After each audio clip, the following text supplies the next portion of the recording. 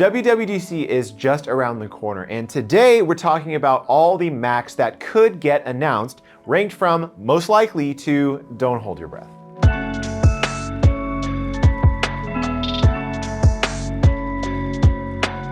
This is Luke with Digital Trends. Hey everybody, I can't believe WWDC is coming up so soon. And I just want to remind you, after you watch the video, jump down into the comments and let me know which of these new Macs you would be most excited to see get announced at the big event. Now what's fun about WWDC this year is that we don't actually have a great idea of what exactly is going to get announced going into the show, especially when it comes to new Macs. That's primarily because the supply shortages and lockdown problems in China have been causing a huge problem with production. And it seems pretty clear that at this point, even Apple is getting affected, and that's inevitably going to move some products around in the lineup. Now, we are filming this a little bit ahead of time, so don't yell at me if some bombshell scoop comes out and outright confirms one of these. I just want to give you a lay of the land as it stands right now in the world of upcoming Macs. And like I said, let's start with the Macs that I feel are most likely to get announced based primarily on Apple's previous product cycles, the most reputable rumors out there, and just some of my own gut sense. First off, I'd be lying if I didn't say that one of the viable options at this point is that Apple doesn't release hardware at all at WWDC this year. Though some big product releases have been dropped at these events historically, it's less common as of late. The last 2 years were basically hardware free, unless you count the preview of the M1 in 2020. And the same is true of 2018 and 2016. But assuming we do get something, my mind goes first to the announcement of a new Mac Pro. It's been 3 years since the announcement of the current Mac Pro, which was launched at WWDC in 2019. So there is some precedent there just in terms of previous events. And let's not forget that Apple explicitly mentioned the Mac Pro by name as the final product in the lineup to get transitioned to Apple Silicon, which happened at the end of the spring event just a few months ago. More than any of that, it's the product in Apple's lineup that's most desperate for an update, especially since they spend so much time talking about how much more powerful the Mac Studio is than the current Intel-based Mac Pro. You don't do that unless you plan to update it soon. And to me, that all means Apple won't want to move onto the M2 until it finishes the entire M1 cycle. More on that later. So this new Mac Pro, it's rumored to get a chip called the M1 Extreme, which would represent the absolute peak of what Apple can do with the M1, basically stitching together two M1 Ultras into one massive package using Ultra Fusion, which seemed to go over quite well with the M1 Ultra itself in the Mac Studio. There's also the rumor that alongside this new Mac Pro, Apple will announce a new Pro level monitor, which would be a proper follow-up to the Pro Display XDR. That would make sense, since these two product lines were always meant to go hand in hand, and since that new cheaper studio display clearly leaves room for another higher end option that updates the Pro Display XDR with some new features and technology. So I think that is most likely what will happen. However, there is one major caveat with this whole idea, and it's that there have been some significant rumors that the new Mac Pro will be based on the M2 chip instead of the M1, meaning the launch would probably be put off until later this year.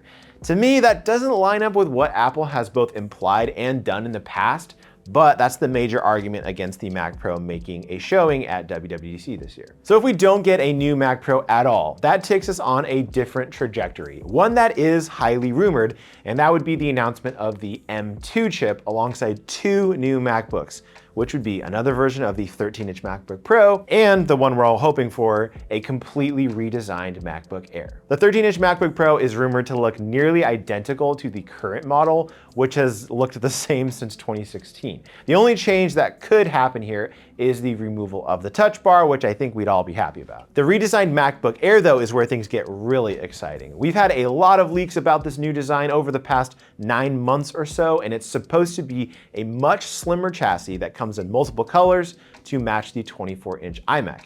Similarly, it's also supposed to get the same white bezels and white keyboard to match. We know both of these MacBooks are coming at some point. The question is whether or not it'll be at WWDC or at an October event later this year. There's certainly more precedent for the latter, but these products were both rumored to get announced at the spring event after all, which I doubted at the time, but now that's being shifted to WWDC. We'll see. Either way, both laptops would be vehicles for this next-gen M2 chip, which if announced at WWDC, would put them out around a year and a half since the launch of the M1 in 2020. But let's remember, the M1 was first previewed at WWDC in 2020, even though the actual products didn't launch until later in the year.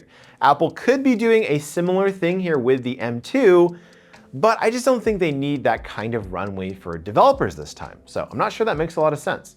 If they're going to preview a product, it's more likely to be an early look at Apple's first mixed reality headset and its Reality OS software, since that actually would require some developer support before an official launch. Going back to the M2 real fast though, if we do get an announcement there, an updated Mac Mini is likely to launch alongside those two new MacBooks.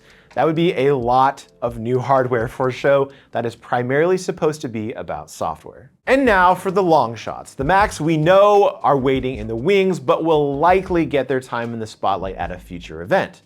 Most notably, that includes a larger, more powerful iMac. Apple seems to have implied that this product doesn't really exist or won't get updated to Apple Silicon in this first cycle, but reports have indicated that they are indeed working on a larger iMac at some point, which would otherwise be a major hole in their lineup. I'm guessing this is going to be an M2 Pro or M2 Ultra launch, maybe sometime in 2023. And then there's the rest of the second gen products, like the MacBook Pro 14 and 16 inch, as well as the 24 inch iMac. Again, these will all be waiting for the M2 to launch, and based on how Apple released its initial run of M1 chips and the products that use them, these will probably come at the end of the refresh cycle. Again, meaning probably sometime in 2023. And that's pretty much everything. So to summarize, I think the two most likely options for Mac launches at WWDC this year is that it's going to be either a complete no-show for hardware, or that Apple will debut a new Mac Pro alongside the M1 Extreme